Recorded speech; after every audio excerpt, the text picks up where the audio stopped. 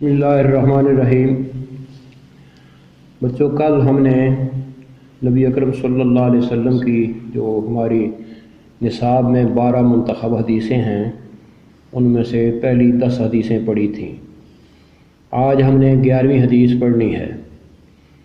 11ویں حدیث میں رسول اللہ صلی اللہ علیہ وسلم نے فرمایا ہے الجنت تحت اقدام الامہات۔ لفظی معنی ہے الجنہ جنت، تحت کا معنی ماتحت ہے، نیچے ہے، اقدام قدم کی جمع ہے پاؤں، امہات کی جمع ہے، عربی میں ماں کو کہتے ہیں۔ ترجمہ اس کا ہوگا الجنت تحت اقدام الامہات، جنت ماؤں کے قدموں کے نیچے ہے۔ اس کا جواب بھی آپ نے ایسے ہی لکھنا ہے کہ جواب سوال نمبر 3 پہلی لائن میں، دوسری لائن میں حدیث کا ترجمہ، تیسری لائن میں ماں کا مقام، چوتھی لائن میں رسول اللہ صلی اللہ علیہ وسلم نے فرمایا، اور 5ویں لائن میں آپ نے کوسچن پیپر سے حدیث نقل کرنی ہے الجنت تحت اقدام الامہات، اور آخری لائن میں آپ نے لکھنا ہے اس کا ترجمہ الجنت تحت اقدام الامہات، جنت ماؤں کے قدموں کے نیچے ہے۔ اس کے بعد آخری 12ویں حدیث ہے۔ 12ویں حدیث میں رسول اللہ صلی اللہ علیہ وسلم نے فرمایا الصدق ینجی والکذب یہلک۔ صدق کہتے ہیں سچائی کو، سچ بولنے کا نام صدق ہے، سچ بولنے والے کو صادق کہتے ہیں۔ ینجی کا معنی نجات دلاتا ہے، والکذب جھوٹ ہے، یعنی سچ کی ضد جو ہے وہ جھوٹ ہوتا ہے، کذب ہوتا ہے۔ جھوٹ بولنے والے کو کاذب بھی کہتے ہیں، سب سے زیادہ جھوٹے کو کذاب کہتے ہیں۔ یہلک کا معنی ہلاکت میں مبتلا کرنا، ہلاک کرنا، تباہ کرنا، برباد کرنا۔ تو اس کا ترجمہ ہوگا الصدق ینجی والکذب یہلک، سچائی انسان کو ہر آفت سے محفوظ رکھتی ہے، نجات دلاتی ہے، والکذب یہلک، اور جھوٹ ہلاکت میں مبتلا کرتا ہے۔ اسے بھی آپ نے لکھنے کا طریقہ اختیار وہی کرنا ہے کہ پہلی لائن میں جواب سوال نمبر 3 لکھنا ہے، دوسری میں حدیث کا ترجمہ لکھنا ہے، تیسری میں صدق و کذب کا انجام۔ صدق کا معنی سچائی، کذب کا معنی جھوٹ۔ صدق اور کذب کا انجام کیا ہوتا ہے؟ رسول اللہ صلی اللہ علیہ وسلم نے فرمایا، اور الصدق ینجی والکذب یہلک آپ نے پرچے سے نقل کرنا ہے اور ترجمہ لکھنا ہے سچائی انسان کو ہر آفت سے محفوظ رکھتی ہے اور جھوٹ ہلاک کرتا ہے۔ تو اس حدیث پر ہمارا جو نصاب ہے اس نصاب کی 12 حدیثیں جن کا ترجمہ ہمارے نصاب میں شامل ہے وہ ہم نے مکمل کر لیا۔ آپ کے کالج میں ہونے والے پرچوں میں بھی ان 12 منتخب حدیثوں میں تیسرے سوال میں 2 حدیثیں آئیں گی، اور سوال ہوگا من درجہ ذیل حدیثوں کا صرف ترجمہ لکھیں۔ اور بورڈ کے ایگزام میں بھی اس کا طرز یہی ہے کہ بورڈ کے ایگزام میں تیسرا سوال ہوگا من درجہ ذیل حدیث کا صرف ترجمہ لکھنا ہے۔ تو آپ نے ترجمہ لکھنے کا طریقہ یہی اپنانا ہے جو میں نے آپ کو سمجھایا ہے۔ اللہ آپ کو توفیق دے۔ اب ہم نے 12 منتخب حدیثیں پڑھ لی، اس کے ساتھ ہماری کتاب میں، ہمارے نصاب میں 12 منتخب آیتیں ہیں۔ تو اس دفعہ کے نصاب میں ہمیں فیڈرل بورڈ کی طرف سے جو رعایت ملی ہے وہ یہ ہے کہ پہلی 6 آیات کا ہم نے ترجمہ اور تشریح دونوں پڑھنے ہیں، اور باقی 6 آیتیں جو ہیں ان کا صرف ترجمہ پڑھنا ہے۔ تو آج پہلی آیت، حالانکہ پہلے 3 کلاسوں میں میں نے پڑھا بھی دیا تھا، صرف ایک کلاس رہ گئی تھی جس میں یہ سبق نہیں پڑھا گیا، باقیوں کی ریویژن ہو جائے گی اور وہ ایک کلاس جو ہے اس کا سبق ہو جائے گا۔ تو پہلا سوال جو ہوگا آپ کے سبجیکٹو پرچے کا، اور ویسے امتحان کا دوسرا سوال ہوگا، کیونکہ پہلا سوال ہمیشہ آپ کا معروض ہی آتا ہے۔ دوسرا سوال سبجیکٹو پرچے کا یہ آیتوں کا ترجمہ اور تشریح ہوتا ہے۔ تو اس کا بھی حل آپ نے ایسا ہی کرنا ہے۔ سب سے پہلے آپ نے لکھنا ہے جواب سوال نمبر 2، پھر آپ نے لکھنا ہے آیت کا ترجمہ اور تشریح، اور ہر آیت کے اندر چونکہ اس کا ایک قانون ہوتا ہے، اصول ہوتا ہے، عنوان ہوتا ہے، وہ آپ نے اوپر لکھنا ہے۔ جو پہلی آیت ہے وہ ہے فوز عظیم کا اصول۔ فوز کہتے ہیں عربی زبان میں کامیابی کو۔ ہم دنیا میں جو کامیابی حاصل کرتے ہیں امتحانات میں یا دیگر کاموں میں، یہ بھی فوز ہے، یہ بھی کامیابی ہے، لیکن یہ کامیابیاں ہمارے مرنے کے ساتھ ختم ہو جاتی ہیں، انہیں فوز عظیم نہیں کہا جا سکتا۔ فوز عظیم سے مراد وہ کامیابی ہے جو مرنے کے بعد حشر کے میدان میں اللہ کے ہاں ہمیں حاصل ہوگی، یعنی اللہ تعالیٰ جب نتیجہ اعلان کریں گے کہ تم کامیاب ہو اور تمہیں جنت کا انعام ملتا ہے، تو یہ فوز عظیم ہے۔ اس آیت میں اللہ تعالیٰ نے یہ عظیم کامیابی حاصل کرنے کا ایک اصول تعلیم فرمایا ہے، اور وہ آیت کے بالکل آخری حصے میں ہے، من یطع اللہ ورسولہ فقد فاز فوزا عظیما، اور جس کسی نے اللہ کی اور اللہ کے رسول صلی اللہ علیہ وسلم کی اطاعت کی اسے عظیم کامیابی ملے گی۔ گویا عظیم کامیابی کا اصول اللہ تعالیٰ اور رسول اللہ صلی اللہ علیہ وسلم کی اطاعت ہے۔ اس سے پہلے اللہ تعالیٰ نے اس آیت میں یہ ارشاد فرمایا ہے کہ یہ آیت جو ہے سورہ احزاب کی ہے، اور آپ نے نامی جماعت میں سورہ احزاب مکمل پڑھی ہے۔ آیت کا نمبر 70 اور 71 ہے۔ اللہ تعالیٰ اس آیت میں ارشاد فرماتے ہیں، یا ایھا الذین آمنوا، اے ایمان والو۔ قرآن مجید میں 90 مقامات ایسے ہیں جہاں اللہ نے یا ایھا الذین آمنوا کہہ کر خطاب کیا ہے، اور جہاں کہیں بھی یا ایھا الذین آمنوا کہہ کر خطاب کیا گیا ہے، اس کا معنی ہے اے ایمان والو، اے مومنو۔ اس کے بعد یا تو اللہ پاک نے کسی بات کا حکم دیا ہے، یا ہمیں اللہ نے کسی بات سے منع فرمایا ہے، روکا ہے۔ تو یہاں یہ جو آیت ہم پڑھ رہے ہیں، یا ایھا الذین آمنوا، اے ایمان والو، اس کے بعد اللہ تعالیٰ نے 2 حکم دیے ہیں۔ سب سے پہلا حکم ہے اتقوا اللہ، اللہ سے ڈرتے رہا کرو۔ اللہ سے ڈرتے رہا کرو کا مطلب یہ ہے، ہمارا مسلمانوں کا ایمان ہے، عقیدہ ہے کہ ہمارا جو اللہ ہے، ہمارا جو مالک ہے، وہ اپنی قدرت کے ساتھ ہر وقت ہر جگہ موجود ہوتا ہے۔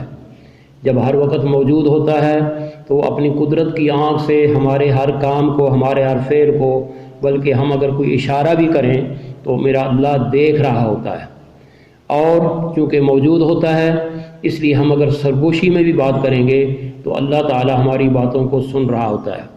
جب میرا اور آپ کا، سارے مسلمانوں کا ایمان اور عقیدہ یہ بن جائے، اللہ موجود ہے، اللہ حاضر ہے، اللہ ناظر ہے، اللہ دیکھ رہا ہے، اللہ سن رہا ہے، پھر لا محالہ ہمیں اللہ تعالیٰ سے ڈر لگے گا کہ اللہ سن رہا ہے، ہم کوئی غلط بات نہ کریں، اللہ دیکھ رہا ہے، ہم کوئی غلط کام نہ کریں، ہم کوئی غلط اشارہ نہ کریں۔ یہ ہے تقویٰ، اسے عام طور پر تقویٰ کہتے ہیں۔ لفظی معنی اس کا پرہیزگاری ہے۔ پرہیزگاری کا معنی اللہ اور اللہ کے رسول کی نافرمانی سے بچنا۔ جو مسلمان اللہ کی اور اللہ کے رسول کی نافرمانی سے بچتا ہے وہ پرہیزگار کہلاتا ہے، عربی میں اسے متقی کہا جاتا ہے۔ تو یہاں پہلا حکم دیا، یا ایھا الذین آمنوا اتقوا اللہ، اے ایمان والو اللہ سے ڈرتے رہا کرو۔ دوسرا حکم دیا، وقولوا قولا سدیدا۔ قولو کا معنی ہے بات کیا کرو۔ یہ زبان جو ہمیں اللہ تعالیٰ نے عطا فرمائی ہے، یہ بات کرنے کے لیے عطا کی ہے۔ ہم زبان سے جو بات کرتے ہیں عربی میں اسے قول کہتے ہیں، بات کہتے ہیں۔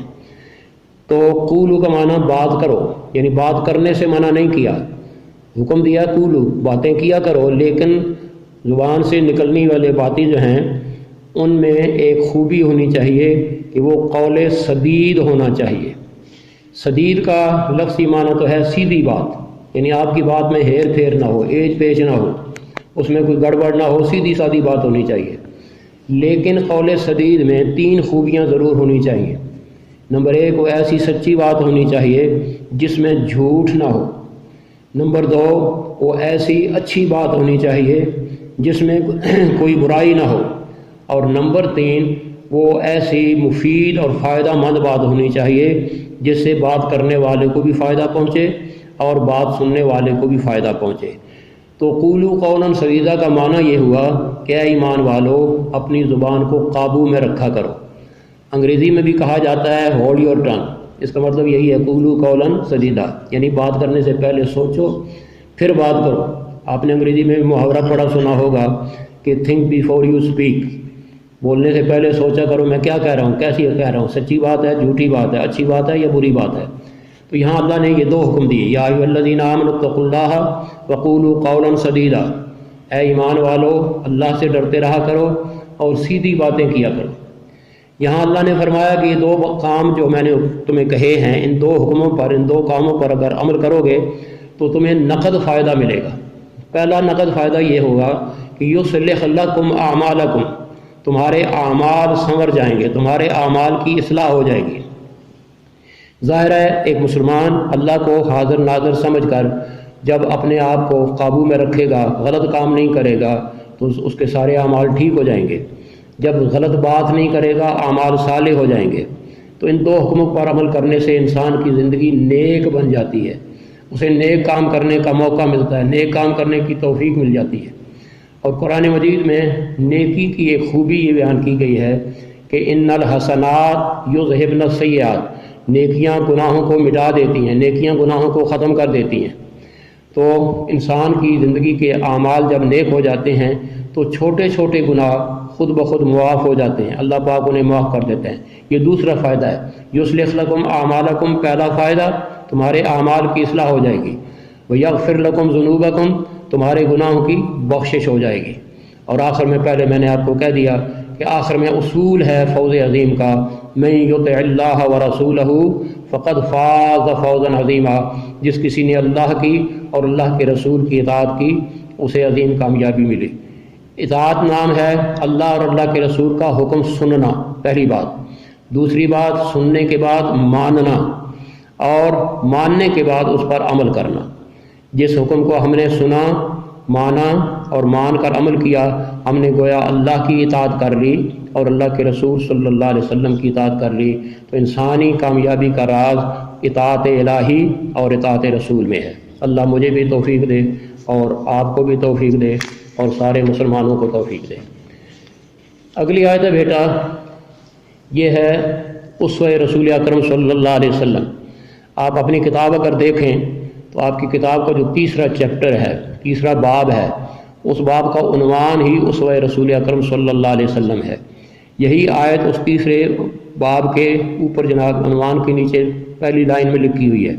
آیت ہے لقد کان لکم فی رسول اللہ اسوۃ حسنہ، بے شک تمہارے لیے رسول اللہ صلی اللہ علیہ وسلم بہترین نمونہ ہے۔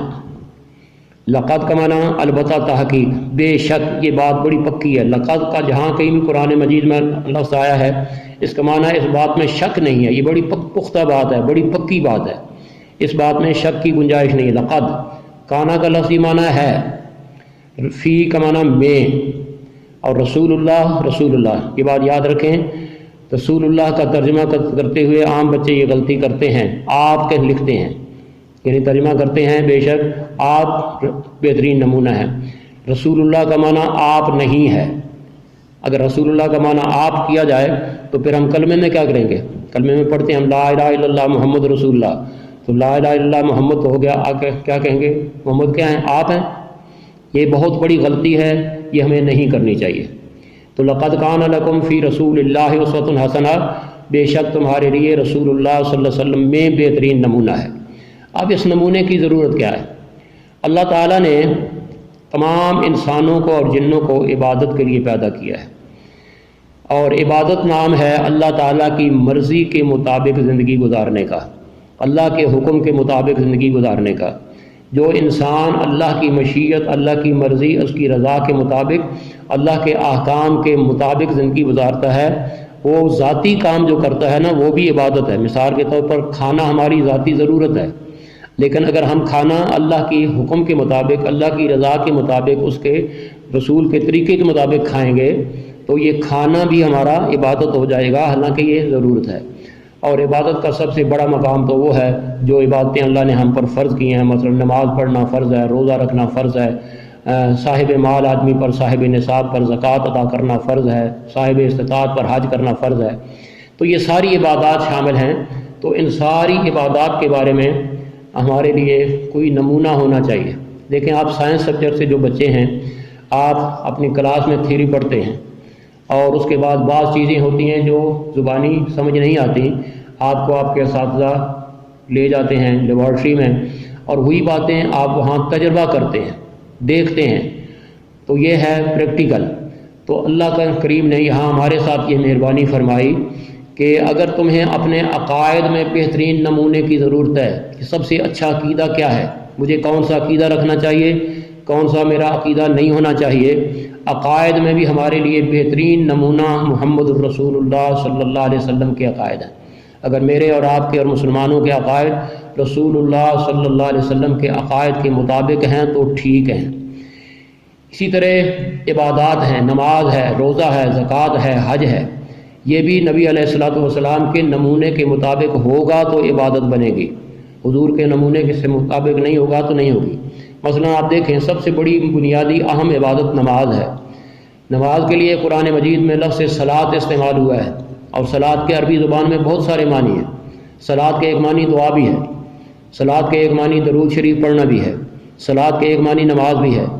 تو صحابہ کرام جو تھے حضور کے شاگرد، ان کی مادری زبان عربی تھی، وہ صلاۃ کا لفظی معنی تو سمجھتے تھے، انہیں ڈکشنری کی ضرورت نہیں تھی۔ لیکن جب یہ اقیم الصلاۃ کا حکم نازل ہوا، اے مسلمانوں نماز قائم کرو، تو صحابہ کرام نے حضور سے پوچھا تھا، اے اللہ کے رسول یہ نماز کیسے قائم کی جائے گی؟ تو آپ صلی اللہ علیہ وسلم نے پانی منگایا، پانی منگا کر آپ نے مکمل وضو کر کے دکھایا، اور اس کے بعد آپ نے 2 رکعت کی نماز پڑھ کر دکھائی، اور آخر میں فرمایا صلو کما رأیتمونی اصلی، جس طرح تم نے مجھے وضو کرتے دیکھا اور مجھے نماز پڑھتے دیکھا تم بھی ایسا ہی کر لینا۔ یہ ہے نمونہ۔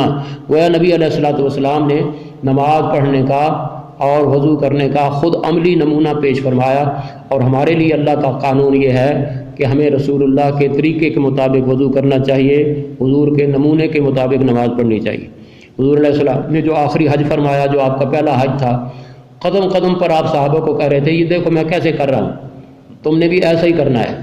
تو اس لیے اللہ تعالیٰ نے ہماری آسانی کے لیے یہ بات بیان فرمائی ہے، لقد کان لکم فی رسول اللہ اسوۃ حسنہ، تمہارے عقائد کے لیے بھی بہترین نمونہ محمد الرسول اللہ صلی اللہ علیہ وسلم ہیں، تمہاری عبادات کا بھی بہترین نمونہ محمد الرسول اللہ صلی اللہ علیہ وسلم ہیں، اور تمہارے معاملات ہیں ہمارے حقوق العباد، سارے یہ سارے ہمارے معاملات ہیں، اس کے لیے بھی تمہارے لیے بہترین نمونہ محمد رسول اللہ صلی اللہ علیہ وسلم ہے۔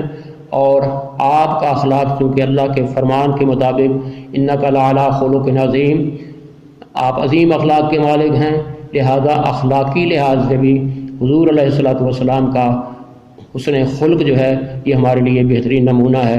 یہ بات اس آیت میں اللہ تعالیٰ نے فرمائی کہ تم نے زندگی گزارنی ہے تو رسول اللہ کے نمونے کے مطابق گزارو گے، تمہاری یہ زندگی میرے ہاں مقبول ہوگی اور تمہیں اس کا بہترین اجر اور ثواب ملے گا۔ اس کے بعد تیسری آیت ہے ہماری، اس کا عنوان ہے اتفاق و اتحاد۔ یہ آیت آپ کو سورہ آل عمران میں ملے گی، 102 نمبر اس آیت کا ہے۔ تو آیت کے الفاظ ہیں وَاعْتَصِمُوا بِحَبْلِ اللَّهِ جَمِيعًا۔ وَاعْتَصِمُوا کا معنی ہے دونوں ہاتھوں سے مضبوطی سے کسی چیز کو پکڑنا۔ عام طور پر اعتصام کا لفظ استعمال ہوتا ہے، الف عین تے صاد الف میم۔ اعتصام کا معنی ہے مضبوطی سے پکڑنا۔ قرآن مجید میں ایک جگہ آتا ہے وَاعْتَصِمُوا بِاللَّهِ، اللہ کو مضبوطی سے پکڑ لو، اور یہاں ہے وَاعْتَصِمُوا بِحَبْلِ اللَّهِ، اللہ کی رسی کو مضبوطی سے پکڑ لو۔ تو کیا معنی اس کا بنے گا؟ اعتصام کا معنی اللہ کو مضبوطی سے ہم کیسے پکڑ سکتے ہیں؟ اللہ کو مضبوطی سے پکڑنے کا معنی یہ ہے کہ اللہ کی ذات اور اس کی صفات پر 100% کامل مکمل ایمان لا کر اللہ تعالیٰ کے ہر حکم کو سن کر مان کر اس کی اطاعت کرنا، یہ اعتصام باللہ ہے۔ تو یہاں اللہ تعالیٰ نے فرمایا وَاعْتَصِمُوا بِحَبْلِ اللَّهِ، حبل کہتے ہیں رسی کو، چھوٹی رسی ہو تو بھی حبل ہے، بڑی رسی ہو تو بھی حبل ہے، پتلی رسی ہے تو بھی حبل ہے، موٹی رسی ہے تو بھی حبل ہے۔ رسی کا کام سب سے پتلا رسی کا جو ہے نا عنصر وہ دھاگا ہے۔ دھاگے کو دیکھ لیں، یہ جوڑنے کے کام آتا ہے، رسی بھی جوڑنے کے کام آتی ہے، باندھنے کے کام آتی ہے۔ اللہ فرماتے ہیں وَاعْتَصِمُوا بِحَبْلِ اللَّهِ جَمِيعًا، تم سارے، جميع کا معنی مل کر، اکٹھے ہو کر، وَاعْتَصِمُوا بِحَبْلِ اللَّهِ جَمِيعًا، تم سارے مل کر اکٹھے ہو کر اللہ کی رسی کو مضبوطی سے پکڑ لو اور پکڑے رکھو۔ وَلَا تَفَرَّقُوا، اور اس کے بعد آپس میں ٹکڑے ٹکڑے نہ ہو جانا، فرقے فرقے نہ ہو جانا، پارٹی پارٹی نہ بن جانا، جماعتوں میں تقسیم نہ ہو جانا۔ تو اس آیت کا عنوان ہے اتفاق و اتحاد۔ اللہ پاک نے امت مسلمہ میں اتفاق اور اتحاد پیدا کرنے کے لیے یہ مہربانی فرمائی کہ اپنی طرف سے ایک رسی بھیجی اور ہمیں کہا اس رسی کو سارے مل کر پکڑ لو اور آپس میں نا اتفاقی نہ کرو۔ صحابہ کرام نے نبی علیہ السلام سے پوچھا تھا حبل اللہ سے مراد کیا ہے؟ تو حضور علیہ الصلوۃ والسلام نے فرمایا حبل اللہ سے مراد قرآن مجید ہے، جو اللہ نے عرش مجید سے انسانوں کو گمراہی کے گہرائی خاروں سے نکالنے کے لیے، گہرائی سے نکالنے کے لیے بھیجی ہے۔ اگر مسلمان ضلالت، گمراہی، شرک، کفر وغیرہ گمراہیوں سے نکلنا چاہتے ہیں تو چاہیے کہ دونوں ہاتھوں سے اللہ کی اس رسی کو مضبوطی سے تھام لیں تاکہ اللہ اپنی قدرت سے کھینچ کر گمراہی سے ہمیں روشنی میں لے آئے اور ایمان میں لے آئے، ہدایت میں لے آئے۔ اب اس کا طریقہ کیا ہے؟ حبل اللہ قرآن مجید ہے، اس کو ہم نے کیسے مضبوطی سے پکڑنا ہے؟ جس طرح میں نے ابھی اللہ کے بارے میں آپ کو بتایا، اسی طرح قرآن مجید یعنی حبل اللہ کو مضبوطی سے پکڑنے کا طریقہ یہ ہے کہ ہر مسلمان دل کی گہرائی سے قرآن مجید کو اللہ تعالیٰ کی طرف سے نازل ہونے والی آخری، سچی، کامل، مکمل اور محفوظ کتاب مانے، یعنی قرآن پر ایمان ہونا چاہیے۔ جب ہم قرآن مجید کو مانیں گے تو ماننے کے بعد قرآن پر ایمان کا تقاضا یہ ہے کہ پھر ہر مسلمان اس قرآن مجید کی تلاوت کرے، روزانہ اسے پڑھے، زیادہ نہ صحیح ایک ایک آیت بھی کم از کم روزانہ اگر پڑھی جائے تو بھی تلاوت کامل مکمل ہو جاتا ہے۔ تو پہلے ایمان لانا ہے، پھر قرآن مجید کی تلاوت کرنی ہے۔ اب یہ قرآن مجید چونکہ عربی زبان میں ہے اور ہماری بدقسمتی کہ ہماری زبان عربی نہیں ہے، لہٰذا جس طرح ہم اپنی ضرورت کے مطابق انگریزی زبان سیکھتے ہیں، اسی طرح ایمانی ضرورت کا تقاضا یہ ہے کہ ہم قرآن کی زبان بھی سیکھیں، کم از کم قرآن مجید کی آیتوں کا ترجمہ سیکھیں، اور یہی کام ابھی ہو رہا ہے۔ جو میں آپ کو یہ آیتیں پڑھا رہا ہوں یہ قرآن سیکھنے والی بات ہے، ترجمہ سیکھنے والی بات ہے۔ تو پہلا کام ہے قرآن پر ایمان لانا، دوسرا کام ہے قرآن مجید کی تلاوت کرنا، اور چونکہ یہ ہمیں سمجھ نہیں آتی لہذا ہمیں قرآن مجید کو سیکھنا چاہیے، اس کے احکام سیکھنے چاہیے۔ یاد رکھیں قرآن مجید کی آیات میں 1000 آیتیں ہیں جنہیں آیات اوامر کہتے ہیں۔ ان میں اللہ تعالیٰ نے ہمیں کوئی نہ کوئی حکم دیا ہے، تو ظاہر ہے اس حکم کو ہم سمجھیں گے تو عمل کریں گے۔ تو احکام الہی پر عمل کرنے کے لیے احکام الہی کا سمجھنا ضروری ہے۔ 1000 آیتیں ہیں جن میں اللہ تعالیٰ نے ہمیں منع کیا ہے، روکا ہے، یہ کام نہیں کرنا ہے۔ تو جب تک ہمیں احکام کا علم نہیں ہوگا ہم اسے رک نہیں سکتے، لہذا اوامر پر عمل کرنے کے لیے، نواہی سے بچنے کے لیے ہمیں قرآن مجید کی کم از کم ان آیتوں کا ترجمہ جاننا چاہیے، سمجھنا چاہیے تاکہ ہم اس کے مطابق عمل کریں۔ تو اس کا آسان ترین خلاصہ یہ ہے کہ اے ایمان والو، قرآن مجید پر ایمان لا کر قرآن مجید کو سمجھنے کی تلاوت کرو، قرآن مجید کو سمجھ کر قرآن مجید کے احکام پر عمل کرو۔